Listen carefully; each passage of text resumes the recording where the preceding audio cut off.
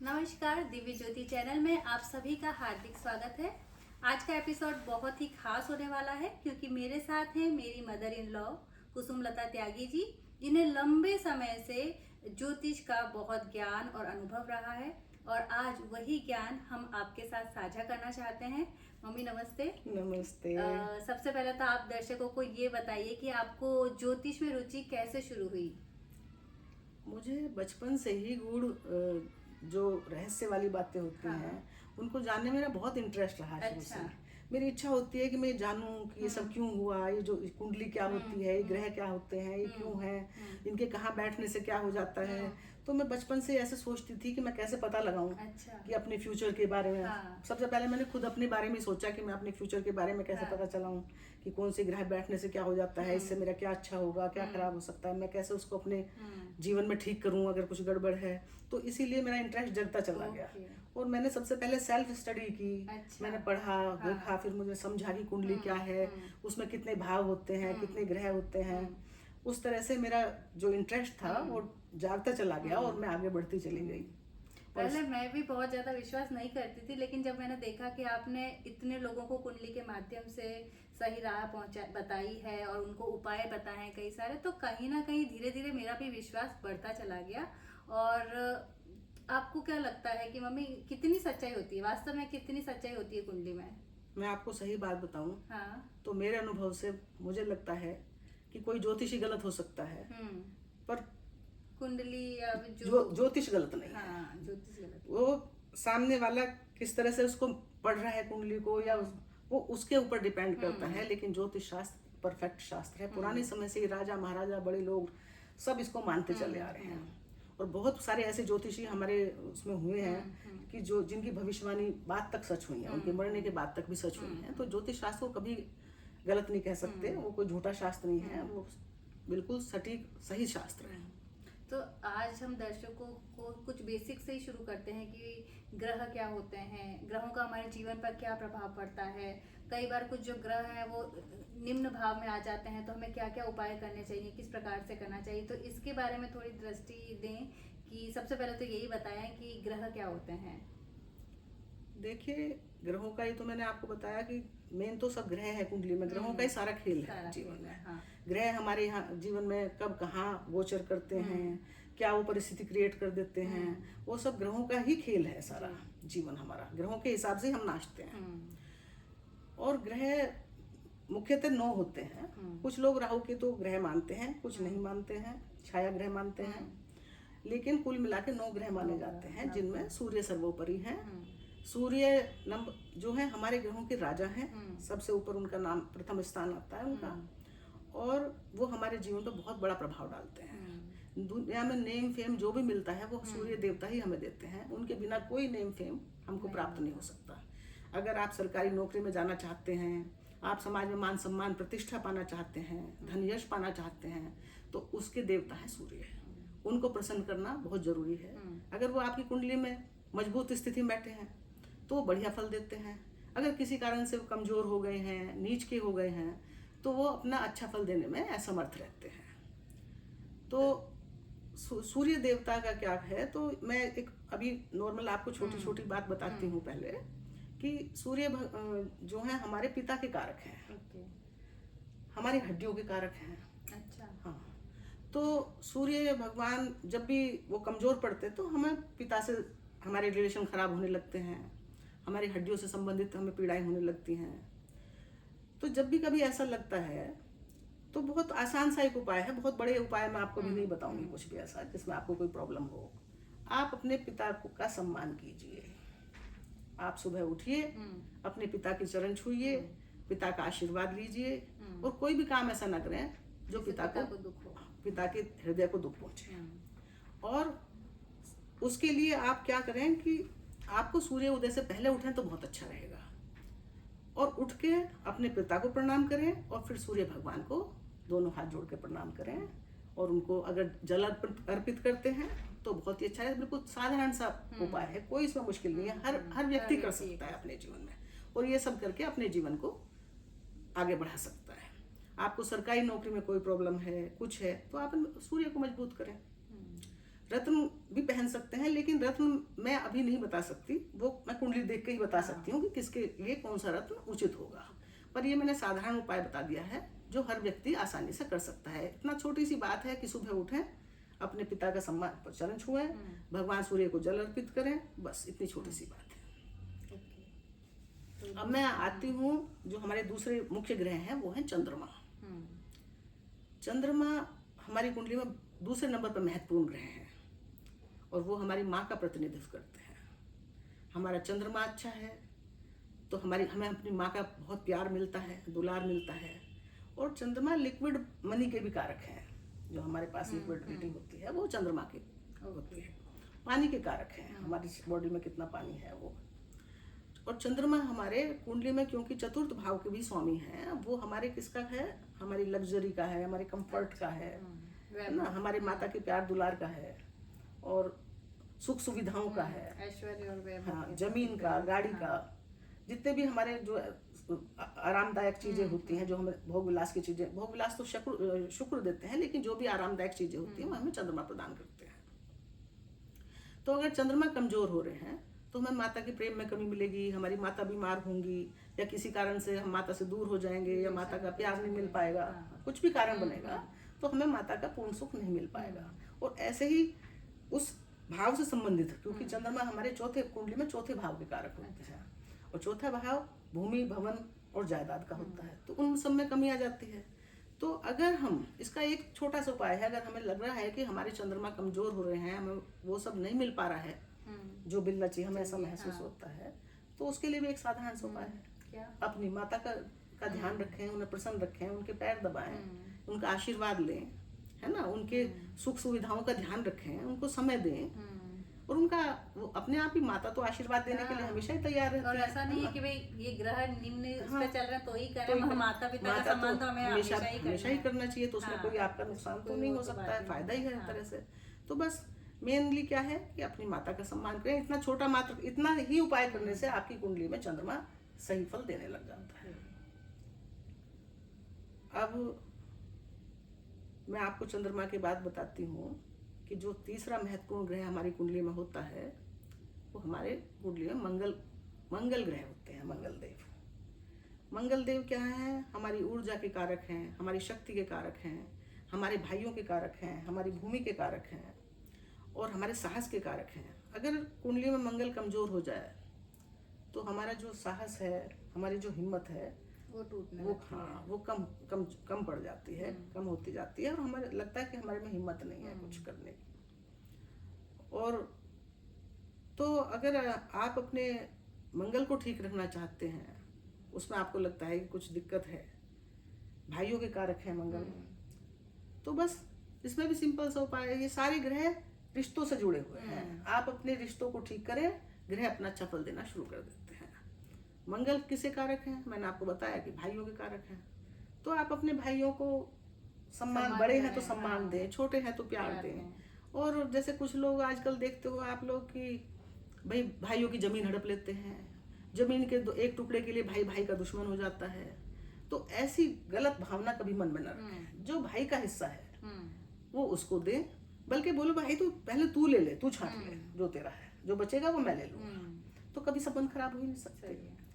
तो इतनी सी बात करनी है और मंगल देव जो है प्रसन्न होते हैं और उससे क्या खुशी होती है कि आपके भाई भी प्रसन्न रहते हैं और मंगल देव प्रसन्न होते हैं। ये सेना के भी कारक हैं, मिलिट्री के कारक हैं। जिनके मंगल मजबूत होते हैं वही आर्मी में, पुलिस में जाते हैं वही लोग। अब इसके बाद जो चौथा, आज मैं आपको शॉर्ट में ही जानकारी दे रही हूँ। जो चौथा महत्वपूर्ण ग्रह है हमारी कुंडली में, बुध है। बुध के बिना, बुध क्या है, बुद्धि के प्रतीक है। अगर बुध सही नहीं है तो हमारी बुद्धि भ्रमित रहती है, हमारी बुद्धि ठीक से काम नहीं करती है। और हमारी कुंडली में वो किसके प्रतीक हैं, बहन, बुआ, बेटी, इनके प्रतीक हैं। तो बस वही नेचुरली बात मैंने आपको बताया कि आप अपनी बहनों का सम्मान करें, अगर बुआ का सम्मान करें तो बुध अपने आप प्रसन्न हो जाते हैं, अपने आप ठीक हो जाते हैं। इसमें ज्यादा कुछ करना ही नहीं होता है। ये छोटी छोटी सी बात हम लोग नहीं समझते हैं और पंडितों के पास बड़े बड़े उपाय करने चले जाते हैं। बहुत पैसे खर्च करते हैं कि मेरा बुध, पंडित लोग जाते हैं तो वो यही बोलते हैं कि जी आपका बुध खराब है, ये पूजा करनी है, वो पूजा करनी है, और आपसे पैसे लेते हैं, है ना। उनको तो अपना बिजनेस चलाना होता है। लेकिन मैं आपको एक बहुत ही यही मामूली सी बात बताई है कि आप अगर सिर्फ अपने रिलेशन पे ध्यान दें तो हर जो हमारा जो भी रिश्ता है वो किसी ना किसी ग्रह से जुड़ा हुआ है। हम अपने रिश्ते को ठीक करते हैं तो हमारा वो ग्रह नेचुरली ठीक हो जाता है। अब बुध देव के बारे में आपने समझ लिया। अब बुध देवता के बाद में आते हैं बृहस्पति देवता, जो देवों के गुरु हैं। तो देव गुरु वो तो परम गुरु हैं, परम ज्ञानी हैं। तो वो लोगों को क्या बांटते हैं? ज्ञान बांटते हैं। वो ज्ञान के प्रतीक हैं। वो जहाँ बैठते हैं वो अपने ज्ञान से सब लोगों का मार्गदर्शन करते हैं। और अभी मैं इनकी दृष्टियों के बारे में नहीं बता रही हूँ किसकी कितनी दृष्टि होती है, अभी तो मैं सिर्फ नॉर्मल इतना ही बता रही हूँ कि गुरु क्या करते हैं। तो गुरु सब उल्टी सीधी बातों से हटा के हमें ज्ञान देते हैं कि ये सब जो फालतू की चीजें हैं बेकार हैं। वो भौतिक चीजों में हमारा विश्वास नहीं कराते, वो ज्ञान में, वो लोगों की भलाई के लिए, क्योंकि वो अपने आप भी लोगों की भलाई के लिए ही ज्ञान बांटते हैं, तो भलाई के लिए करते हैं। तो गुरु के सम्मान के लिए, गुरु अपने जो जितने भी बड़े हैं, गुरु ग्रह को मजबूत करने के लिए, गुरु का मतलब केवल गुरु तो है ही जो हमें पढ़ाया, जिन्होंने हमें शिक्षा दी है, दीक्षा दी है, वो तो गुरु है ही। लेकिन हमारी प्रथम गुरु हमारी माता होती है, वो हमारे सबसे पिता होते हैं, जो सबसे पहले हमारे जीवन में आए, जिन्होंने हमें सबसे पहले ज्ञान देना शुरू करा, वो हमारे सबसे बड़े गुरु होते हैं, हमारे बड़े भाई होते हैं, हमारी बड़ी बहनें होती हैं। और उसके अलावा जो भी बुजुर्ग लोग जो हमसे ज़्यादा ज्ञानवान हैं, बुद्धिमान हैं, उनका आप रिस्पेक्ट करिए, उनको इज्जत दीजिए, गुरुओं को उनका सम्मान कीजिए। बड़े लोगों का कभी अपमान नहीं करना चाहिए। जो भी आपसे बड़े हैं, आपसे उम्र में भी और अनुभव में आपसे बड़े हैं, वो चाहे पढ़े लिखे भी ना हो, लेकिन आप सोचिए फिर भी वो अनुभव में तो आपसे कहीं ना कहीं बड़े हैं, भले उनके पास कोई डिग्री ना हो। तो आप उनको कभी छोटा मत समझिए, अरे ये तो अनपढ़ है, इन्हें तो कुछ आता ही नहीं है, मैं तो बहुत पढ़ा लिखा हूँ, मैंने तो बीटेक किया है, मैंने तो एमटेक किया है। ऐसे नहीं होता। वो आपसे अनुभव में बड़े हैं, तो आपके गुरु के समान हैं, तो उनका सम्मान आप करेंगे तो गुरुदेव आपको अच्छा फल देना शुरू करेंगे और आपकी बुद्धि सही ठिकाने पर रखेंगे। आप अपने ज्ञान के मार्ग से भटकेंगे नहीं। गुरु का हाथ सिर पे होता है तो इंसान सब कुछ अच्छा करता है, क्योंकि गुरु किसी को गलत करने की सलाह देते ही नहीं है। वो हमेशा सही, भटके हुए को भी सही रास्ता दिखाते हैं। अब गुरु तक आपने समझ लिया है। अब मैं थोड़ा सा संक्षेप में आपको शुक्र देवता के बारे में बताती हूँ। उनके बाद शुक्र देवता का नंबर आता है, और शुक्र ग्रह भी हमारी कुंडली में बहुत महत्व रखते हैं। ये असुर गुरु हैं। इनके पास संजीवनी विद्या थी। संजीवनी विद्या, मृत संजीवनी, जो मरो हो को भी जिंदा कर दे, इतनी ताकत थी इनके पास। और ये कुंडली में क्या करते हैं, ये हमारे ऐश्वर्य देते हैं, भोग विलास देते हैं हमको। मतलब वो लग्जरी की तरफ ले जाते हैं कि भोग विलास करो, दुनिया में आए हो तो जीने के लिए सब मजे करो, पार्टी करो, ये करो, खुश रहो, बढ़िया कपड़े पहनो, बढ़िया, मतलब वो लग्जरी देते हैं आपको और भोग विलास की तरफ भेजते हैं। गुरु ज्ञान की तरफ भेजते हैं। हाँ, लेकिन दोनों ही जरूरी है हमारे जीवन में। अगर हमारे जीवन में कुछ भी खुशी नहीं होगी तो हम शुक्र वाले तो हम कुछ जीवन में सुख नहीं भोग पाएंगे। सुखों का दर्शन तो शुक्राचार्य ही कराते हैं ना। तो शुक्र देवता जो हैं उनको भी प्रसन्न करने का बहुत आसान तरीका है। जितनी भी प्रौढ़ महिलाएं हैं 40-45 साल से ऊपर की, वो शुक्र माने जाते हैं। शुक्र स्त्री ग्रह माने जाते हैं। स्त्री ग्रह माने जाते हैं। आप उनका सम्मान कीजिए। कभी भी जीवन में किसी स्त्री का अपमान मत करिए। अगर आप स्त्री का अपमान करोगे, दुर्वचन बोलोगे, गलत भाषा का इस्तेमाल करोगे, कुछ लोगों को आपने देखा होगा गालियां देते हैं औरतों को, गंदे ढंग से बोलते हैं, तो वो आपका समझ लो आपने अपना शुक्र खुद खराब करिएगा। आप उनको, कोई भी महिला है, उनको इज्जत की दृष्टि से देखिए, और उनकी कोई परेशानी है, कोई कष्ट है, उसको दूर कीजिए, जो भी आप कर सकते हैं यथासामर्थ। पर अपमान बिल्कुल मत करिए। नहीं भी कर सकते हैं तो मत करिए, पर अपमान मत करिए। तो अब बस कुछ इसमें कुछ करना थोड़ी कोई बड़ी बात थोड़ी है। सिर्फ आपको अपने ही चरित्र को ठीक रखना है और आपको सब कुछ ठीक हो जाता है। अब उसके बाद आते हैं शनिदेव, और शनिदेव के नाम से तो सब डर जाते हैं। शनिदेव तो है ऐसे, घबरा जाते हैं लोग कि भैया अभी शनि आ गए। लोग कहते हैं अरे 7.5 आ गई, अरे महादशा आ गई, अरे ढैया आ गई, अब क्या होगा, अब क्या होगा। खैर इस विषय पे अगर मैं अब ज़्यादा बोलूँगी तो ये वीडियो बहुत बड़ा हो जाएगा, मैं इस पे कभी डिटेल में आपको बताऊंगी कि शनि तो बड़े ग्रह हैं तो उनका काम भी बड़े हैं, तो वो मैं बाद में बताऊंगी। अभी सिर्फ मैं इतना बताती हूँ कि शनि जो है वो एक मंदगामी ग्रह है, लंबे ग्रह हैं, बूढ़े ग्रह हैं, अच्छा, लंगड़े ग्रह हैं, अच्छा, वो बहुत सुस्त गति से चलते हैं, लेकिन वो कर्म फलदाता है। आपके कर्मों का हिसाब किताब वो इसी जन्म में कर देते हैं। आप जैसा भी करते हैं, जो बोओगे वही वैसा पाओगे। पाओगे। तो शनि देव जो हैं वो कुंडली में महत्वपूर्ण रोल अदा करते हैं। एक तो वो कर्म फलदाता है और इच्छाओं की पूर्ति का घर भी उन्हीं के पास है, यानी कि दशम भाव हमारे कर्म का, 11वां भाव हमारी इच्छा पूर्ति का। तो वो हमसे कर्म भी करवाते हैं और अगर हमने सही कर्म किए हैं तो इच्छा पूर्ति भी वही करते हैं हमारी। तो महत्वपूर्ण रोल तो उनका है, क्योंकि 2 इम्पोर्टेंट भाव उन्हीं के पास हैं। 10वां भाव हमारे मान सम्मान का, प्रतिष्ठा का, सबसे कुंडली में सबसे महत्वपूर्ण भाव 10वां भाव होता है, जिसके वो कारक हैं। और 11वां भाव कुंडली का वो हमारी समस्त इच्छाओं की पूर्ति करने वाला होता है, उसके भी वही कारक हैं। तो सोचिए आप, शनिदेव खराब कैसे करने आए हैं? वो हमें कर्म करवाने आए हैं, हमें अच्छा फल देने आए हैं। लेकिन कई बार वो पीड़ित अवस्था में है, या वो जो रूल्स चाहते हैं, शनि क्या है, वो बहुत डिसिप्लिन चाहते हैं। वो इंसान का करेक्टर अच्छा रखना चाहते हैं। जिस इंसान का करेक्टर अच्छा है, जो सही रास्ते पर चल रहा है, नैतिक है, हाँ नैतिक है, तो वो कभी भी उसके साथ शनिदेव बुरा कर ही नहीं सकते। शनिदेव क्या चाहते हैं? शनिदेव सीधी सी बात चाहते हैं कि भाई किसी का भी दिल मत दुखाओ, किसी गरीब को परेशान मत करो, किसी से मजदूर से काम करवा लिया उसकी मजदूरी पूरी दे दो भाई। कुछ लोग मतलब ऐसे तड़फाते रहते हैं कि मजदूर काम करके चला गया, 7 पैसे कल देंगे, परसों देंगे। भाई क्या तरीका है भाई? जब उसने काम कर दिया है तो उसके पैसे पहले लो भाई, प्रेम से तुम दे दो, लो भाई ये आपके पैसे हुए, ये आप ले जाओ। बल्कि मैं तो कहती हूँ 10 रुपए और एक्स्ट्रा रख के दो, 10, 20, 100 जो जैसी भी आपके साथ, ताकि वो खुश होकर अपने घर जाए। गरीब का, मजदूर का, परेशान लोगों का, कमजोर लोगों को कभी भी आप सताओ मत, और किसी को धोखा मत दो। शनिदेव जब आप किसी को धोखा देते हो, किसी रिश्ते में धोखा देते हो, अपने भाई को देते हो, अपनी माँ को देते हो, अपनी पत्नी को देते हो, अपने मित्रों को देते हो, वो इस बात से बहुत चिढ़ते हैं। उनको कतई पसंद नहीं है हम किसी के साथ विश्वासघात करें। और तुम कभी भी जीवन में देख लेना, जो लोग विश्वासघात करते हैं, चाहे किसी भी रिश्ते में हो, आज न कल उनको फल भुगतना पड़ता है।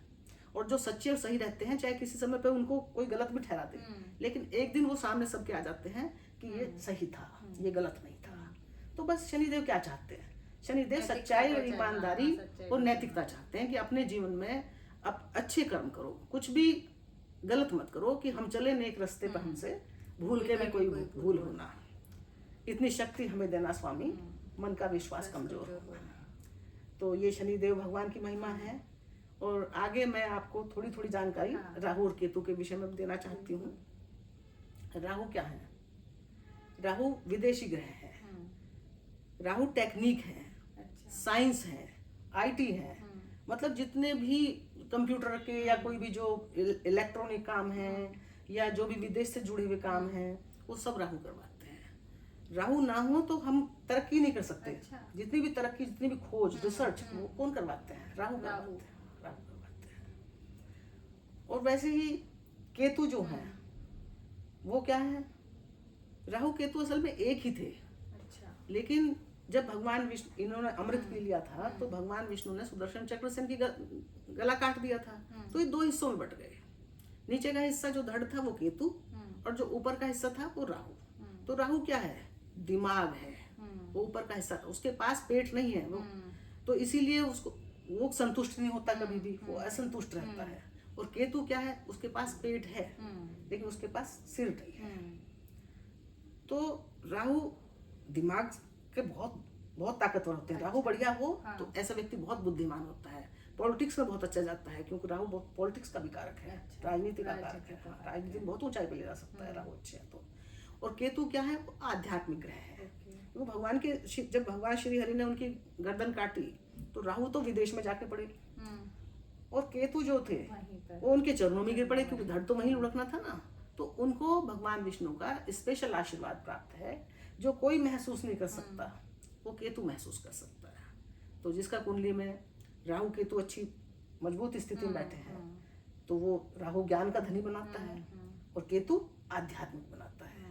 केतु कई बार कहते हैं केतु गुरु से भी ज्यादा आध्यात्मिक, गुरु को सबसे शुभ ग्रह है, लेकिन केतु गुरु के साथ बैठ जाए तो और बहुत बहुत ही ज्यादा आध्यात्मिक बना देता है। वो अंदर तक तह तक जाते हैं हर चीज की।